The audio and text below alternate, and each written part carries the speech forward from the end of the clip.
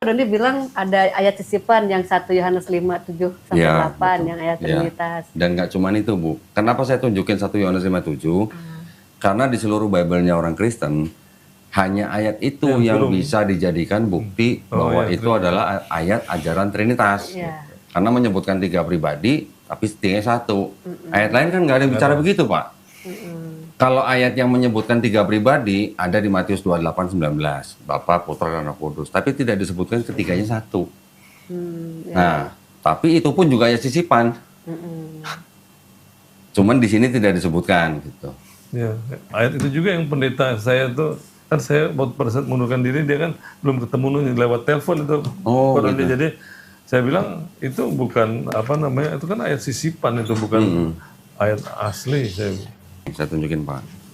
Ini namanya Alkitab TB2, Pak, nih ya. Edisi 2. Ini disebutnya terjemahan baru edisi kedua. Di Bible ini mereka jual dengan buku penjelasan. Di penjelasan ini macam-macam mereka jelaskan bahwa kenapa harus ada terjemahan yang baru ini. Karena mereka mengaku mereka mau mengikuti Kamus Besar Bahasa Indonesia. Oh iya, iya. Nah, macam-macam lah.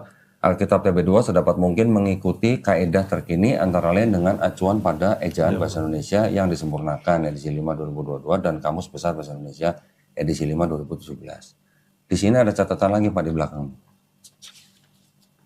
Keterangan ya, Pak ya. Iya. Teks Masoret, teks Ibrani yang dilestarikan turun-temurun oleh para penyalin yang sangat setia menjaga ketepatan naskah kitab suci Ibrani. Tanda kurung tegak dalam perjanjian baru TB2, teks-teks yang ditandai dengan kurung tegak tidak terdapat dalam beberapa naskah kuno. Ya, Pak ya. Ini keterangan mereka sendiri nih. Sekarang kita lihat di TB1. Yohanes pasal 7 ayat 53. Ini, Pak ya. 53-nya kan di sini nih. Ini tentang cerita perempuan yang berzina. Lalu mereka pulang dan selanjutnya sampai 8 ayat 11. Ini yang kisah perempuan berzina. Di sini Bapak perhatikan, ada nggak Pak tanda kurungnya? Nggak ada. Nggak ada ya? Sekarang saya buka yang TB2 nih, Pak. Jujur sih jujur, Pak. Kalau orang Kristen saya bilang jujur. Ya, Pak ya. Yohanes 7 ayat 53 kan di sini. Lihat, Pak, ada tanda kurung kan? Sampai ke 8:11 tuh tanda kurung. Ini artinya kisah ini juga sebenarnya kisah sisipan. Malah di TB2 yang dikasih itu ya. Iya.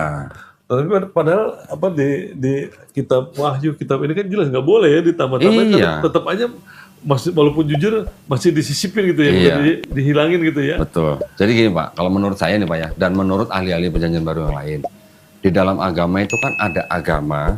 Agama itu kan artinya kan sebuah tatanan, sistem kepercayaan yang punya dasar atau landasan kitab suci. Tapi selain agama ini, di dalam praktek ibadah, di dalam praktek mereka berinteraksi dengan orang-orang, di dalam praktek manajemen agama itu sendiri, di dalam itu kan ada juga yang namanya pemikiran agama, Pak. Gak usah di Kristen, Pak, di Islam juga ada. Saya jujur-jujuran aja. Di Islam juga ada pemuka agama Islam mengemukakan pemikiran agamanya yang diikuti oleh pengikutnya dia. Tapi kalau di Islam kan nggak ada cerita pemikiran agama bisa masuk dalam kitab suci. Beda dengan di Kristen. Di Kristen malah sampai abad ke-16 pemikiran-pemikiran agama itu dimasukkan dalam kitab suci.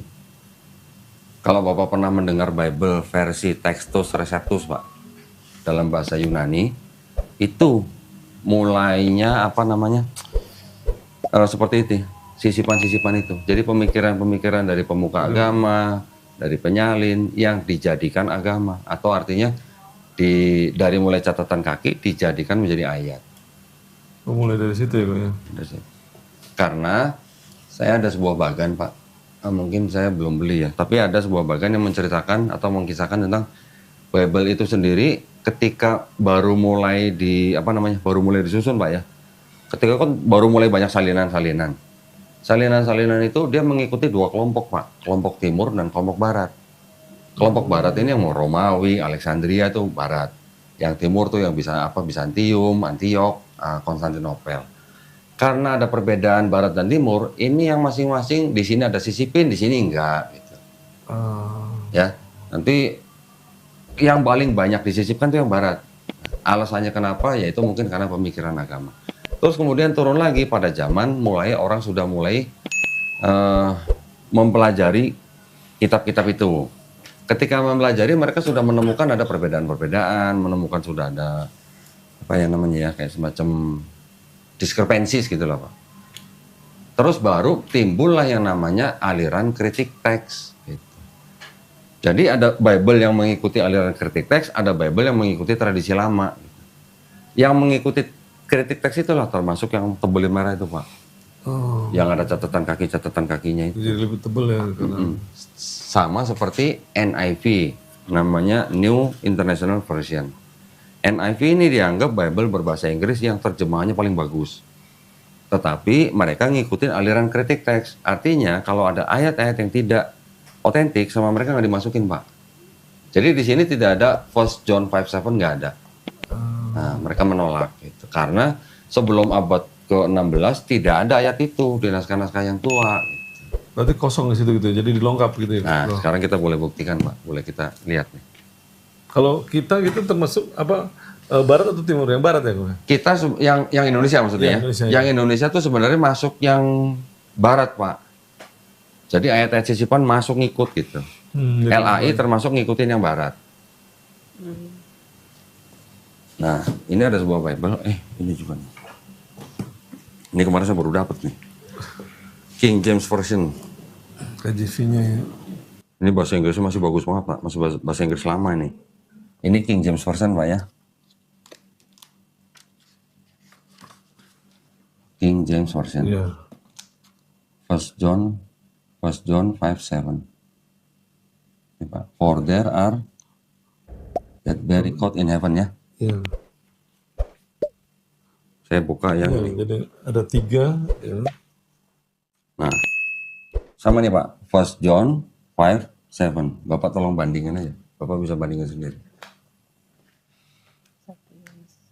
Ini nomor 7 aneh. Iya. Coba. 7 For the spirit, the water. yang Trinitas itu ya. Ya, ini yang Trinitas ya kok ya? Iya. Selain ayat itu, Pak, tidak ada ayat lain yang mengajarkan konsep Trinitas. Nanti ada sebuah Bible lagi, Pak. Namanya Revised Standard Version. Ya, ini terbit.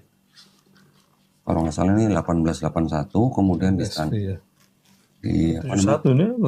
Enggak, ini yang terakhir. Second edition-nya 71. Ini dari sebenarnya dia mengambilnya dari King James juga. Tapi akhirnya yang menerbitkan ini jadi mengikuti kritik teks. Ya, direvisi 1851, 1951. Dan ada yang 1946 sampai 52. Yang ini yang 52 nih, Pak. Gabungan. Oh iya. Mana ya? Nah, ini 52 nih. Ya. Copyright 52 ya. Nah, di sini First John 5:7 juga ayatnya sama dengan yang NIV, Pak. Tidak ada Father, Word, and Holy Ghost, and these three are one. Gitu. Iya, kalau ini Father ini ada. Ya, Iya.